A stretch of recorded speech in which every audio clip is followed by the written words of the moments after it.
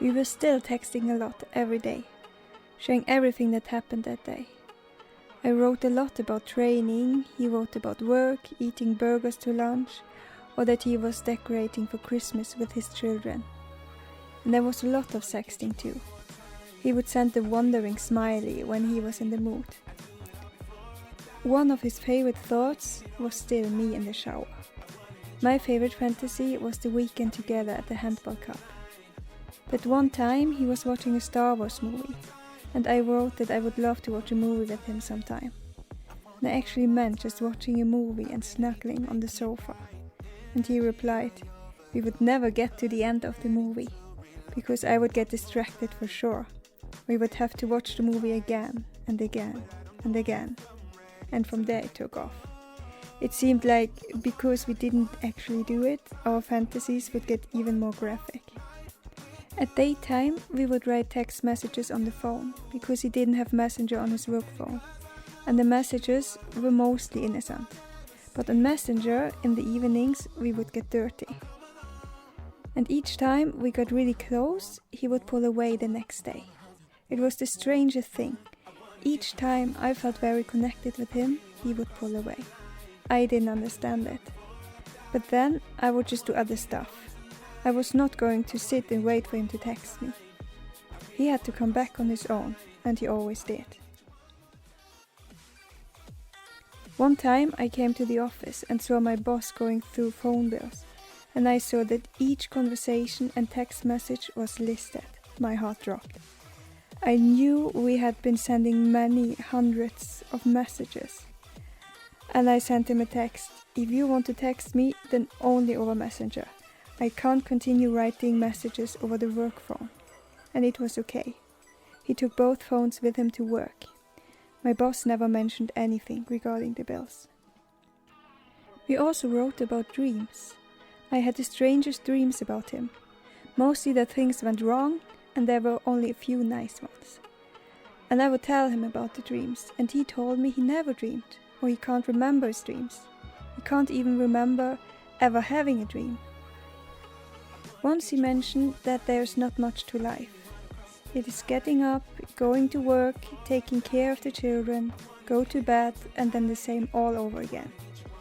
I said I felt the same once, but now life suddenly is fun again, each day. That I was even looking forward to Mondays, because I might see him again. And he replied, that's true. And I asked how his relationship is going, and he answered he's a lot alone. She's a hairdresser and doesn't come home before 10 p.m. He didn't say more about her, and I had promised myself I wouldn't interfere in his family, so I wouldn't ask more. I asked him what his passion was, and he told me that he used to fix cars and did drag races. I'd never heard of that before. Anyway, he continued that he doesn't have time for that anymore, now that he has a family. And I was thinking, if we were together, I would make sure he gets the time for his hobbies. We were still joking a lot. I teased him that he probably never has been on a football field, and that he wouldn't know what to do there. And he replied, of course, I would build a castle of gravel and stones. He could be so funny. At home, things were getting worse. The more I was full of energy, the more my husband seemed lacking energy. And suddenly, everything was falling on me. I was working, I was cleaning, I was taking care of my daughter, and he was just tired. Can you go and buy groceries? I have a headache. And when he was okay, he was playing PlayStation. I really hated this PlayStation. When I came home from work, the breakfast rests would still be on the table. The clothes were lying around everywhere, and I was just getting more and more annoyed.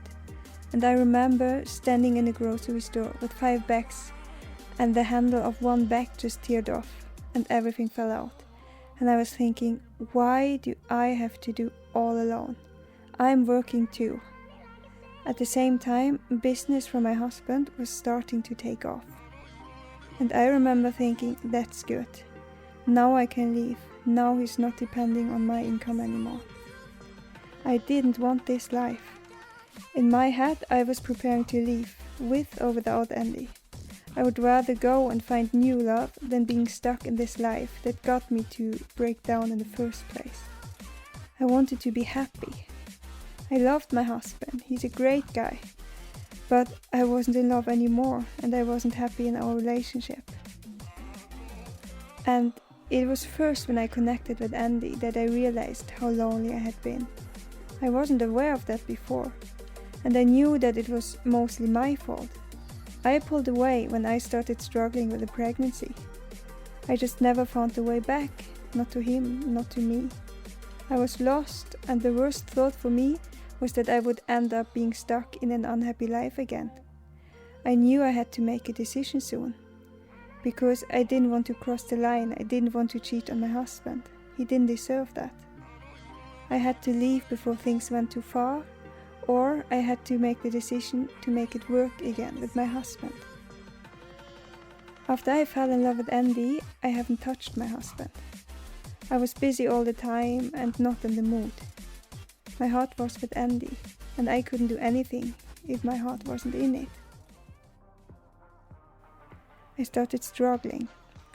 This hot and cold really got to me more and more, especially when I was going for a walk and had time to think. That feeling would come that I will get hurt a lot. There were many similarities between Andy and my ex-boyfriend. Both had lost their father way too early, both were zodiac sign Lion, and the relationship dynamics started to become the same as well. I would give my all, he would get lazy and pull away, and I would get so confused by him, and I ended up with a broken heart. But I was not ready to let go. I kept telling myself just a little bit longer. 1 week before Christmas, we were traveling to my husband's hometown to visit his family. My husband and my daughter were sitting in the front, and I was sitting in the back, listening to music and texting. I was still trying to change career, and me and Andy were joking about that I should become a carpenter and get an apprenticeship at his company. And we were joking that we would never get anything done, that I would be just hanging around his neck all day long, and that led to other stuff. You get the picture. We arrived. I would still get up 5 a.m. and go for a walk and sending him pictures from the scene and me. But again, just short answers, pulling away. I got so upset. I remember looking in the mirror and thinking, he's just not that into you. And I was wondering, why can't I let go? I would have never accepted that in another relationship. I would be gone a long time ago. I also realized how much this hot and cold was affecting me. Every time he pulled away, I was devastated. And I decided I would not ask him to meet up again. If he wants to see me, he will have to ask. I wasn't so sure about his intentions anymore, and I was hurting already. That weekend, he was the quietest he has ever been, and I was going crazy. I was restless, just staring at my phone. I remember being at the shop with the whole family and feeling like everything is spinning in circles. It felt like I was sitting on a speeding train, sitting on top of it, and I was heading right into a wall but couldn't jump off. It was too late. My heart was beating very fast. My thoughts were racing, and I could hardly breathe. I had to get out of the shop to get some fresh air. I think I had a panic attack. No one noticed, but I noticed. I'm losing it, and that I couldn't handle it anymore. I tried to get him out of my mind, but the thoughts were just spinning. I was going crazy, and I was hiding it. And we went back home after the weekend, just like everything was normal. I didn't ask if he wants to meet up, and guess what? He didn't either. We were still writing daily, but more everyday stuff. And I asked him what's going on. You're so distant. I want someone who would fight for me. And he replied, I can't be that one for you. We are both in a relationship with children. I can't be that person for you. You said you want to start a new year with a clean sleeve. And I answered, but this was a long time ago. I really like to have a little bit of Andy in my life. And he replied, if I was single I would be in it 100%, but I'm sure you know that. And from there things were getting better again. Not so much sexting, but really sweet messages and lots of hearts. Christmas came, and things had cooled down again. I missed him. I haven't seen him for over a week now, and suddenly, on the second day of Christmas, he started sexting in the evening, but really hardcore. And I asked, "What's going on with you? Are you drunk?" And he, "No, actually not. I just come from the Christmas dinner with my family-in-law. I only had 2 beer. But I just want you, now." And he was writing about how he wanted to bite my thighs and all the stuff he wants to do with me. He even got me blushing, and I used to be the one getting dirty with that stuff. And guess what? The next day, he pulled away again. I was so tired of that. We would be still texting daily, but superficial, everyday stuff. It was so exhausting. But I felt that I was overreacting. Maybe he was just busy. And I didn't understand why I was suffering so much. He used to make me happy, and I got a lot of energy. And I just wanted to keep the good feeling. Why did I get so attached? Why couldn't I let go? Why was I so miserable? The day before New Year's Eve, my husband asked, "What's going on? You have been distant for a long time now. I see that you're doing great and that you're happy, but I don't feel included." And I just let it out. I don't feel like we're in a relationship anymore. I feel that we are partners in raising a child and nothing more. I'm finally happy and full of energy for the first time, and you seem to be the opposite. I don't think we're a match anymore. That was a lot to take in for him. Andy had already texted me, and when my husband left the room, I wrote about this conversation. And he replied, "If you're struggling in your marriage because of me, then we should maybe stop having contact. I don't want to be the reason for your divorce. I just want you to be happy." And I answered, "No, it has nothing to do with you. It's about me and my husband. I'm not happy in the relationship, and that's because we're just living side by side, but not really together. He has to wake up, or I might be gone soon, regardless of you." And Andy replied, "He just wants me to be happy." The next day was New Year's Eve. My husband didn't speak to me, and I thought, okay, if we're not fixing it, we're not fixing it. It was New Year's Eve, and it was really cold between us. He was ignoring me. It made me sad, but this was where I was heading anyway. The 1st of January, I went to the gym in the morning, still not sleeping. The air was fresh, and I felt, wouldn't it be nice to end it with Andy? If I just was free, no up and down all the time. It has gotten quiet again, and I was so tired of that. It was so exhausting. I had 2 New Year's Eve resolutions. The first was to get a new job, and the second was to clean up all the mess. I had to decide. Either stay or leave my husband, and if I stay, then break it off with Andy. I understood that Andy wasn't going to be in my future anyway. I loved him so much, but I didn't get him. I didn't know if he's just not feeling it anymore, or if he has other issues. I just didn't get it. My husband had gotten over the shock and actually really tried to spend more time with me and give me more attention. Andy was now just answering with smileys for a week. And I asked, "What's going on?" Our conversations got freezing. And he replied, "I just had a lot of work this week." And I answered, "I don't want to bother you with my messages." And he, "You're not bothering me. I always get happy when I get messages from you." Then at least answer with more than a smiley. "You know, if you want out, just let me know. I won't be difficult. It's okay either way. I just want to know." And he answered, "No, everything is okay. I can't deal with this hot and cold." And he replied, "I understand that. I'm sorry." We would still be texting every day, good morning, sleep tight, and about funny things that happened that day. And then one day he started sending me hot gifts. And the conversation would get really hot again. And the next day he pulled away again. And I got so upset again, and I hated myself for letting this happen over and over again, and why I couldn't end it. It just crushed me, and I felt worse each time.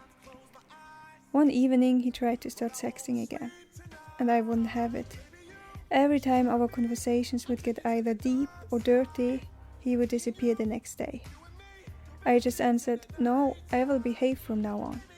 I understand if it's difficult for you when you get close because of our situation. I can behave. I would rather cool things down and go back to a friendship than to lose you." I loved him. I was not ready to let him go at all, but I couldn't continue like that anymore.